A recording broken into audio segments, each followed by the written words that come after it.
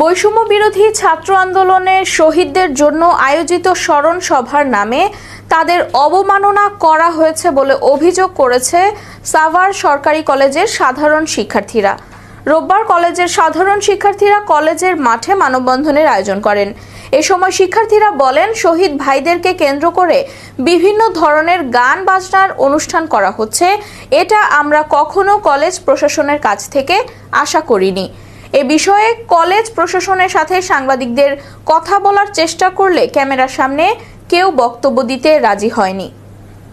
চলবে না, তাই আমরা বলতে চাই, শহীদদের নামে যারা এরকম অপসংস্কৃতি চালু করেছে,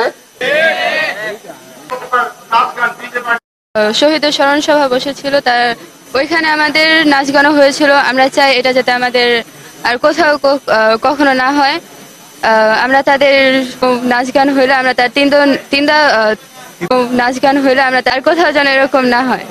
সাভার সরকারি কলেজে গত বৃহস্পতিবার আমরা লক্ষ্য করেছি যে বৈষম্য বিরোধী ছাত্র আন্দোলনে যে সকল ভাইরা শহীদ হয়েছে, এই শহীদদের স্মরণে তারা যে অপসংস্কৃতির একটা চর্চা করেছে, তাদের আত্মার মাগফিরাতের জন্য তারা গান বাজনা করে এখানে একটা বিশৃঙ্খলা তৈরি করতেছিল এবং একটা উৎসব মুখর পরিবেশ সৃষ্টি করেছিল। কলেজে যা হয়েছে, শহীদদের শান্তি কামনার জন্য যে অনুষ্ঠান করা হয়েছে, এভাবে নাচ গান বা ডিজে অনুষ্ঠানের মাধ্যমে আমাদের কখনোই কোনো শহীদদের মাগফিরাত কামনা করা যায় না। জিনিসটা শহীদদের নিয়ে রাজনীতি, শহীদদের নিয়ে সংস্কৃতি চলবে। সাংস্কৃতিক একটা অঙ্গন থাকে, আলাদা থাকবে। গান বাজনা হবে আলাদা অঙ্গনে। শহীদদের স্মরণ সভায়, সেখানে শহীদদের শুধু স্মরণই হবে, তাদের জন্য দোয়া মাহফিল হবে। সেইখানে কিভাবে স্মরণ সভায় নাচ গান হয়, ডিজে পার্টি। সরাসরি দেখেছি, রক্ত জড়িয়েছি, আমরা রক্তের সাথে বেইমানি করতে পারবো না। যারা করেছে আমরা এর জবাব চাই, কেন করেছে এই জন্য প্রশাসন।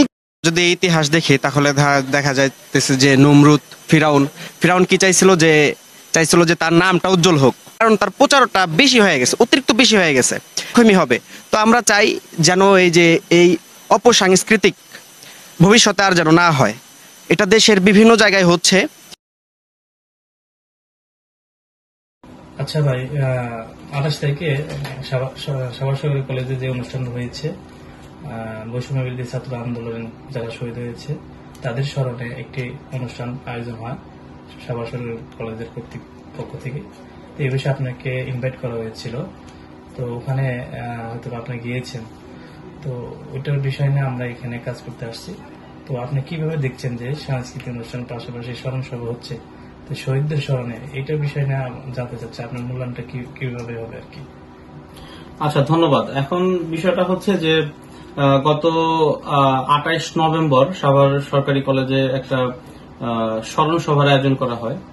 তো ওইখানে আমাদের সাভার কলেজের একজন শিক্ষক মহোদয় আমাকে ওখানে আমন্ত্রণ জানায়, আমি ওখানে উপস্থিত ছিলাম। তো ওখানে উপস্থিত থাকার পরে আমি যেটা দেখতে পাই যে ওইখানে শহীদদের জন্য স্মরণ সভা, শোক সভা, দোয়া মাহফিল এবং সাংস্কৃতিক অনুষ্ঠান একসাথে আয়োজন করে।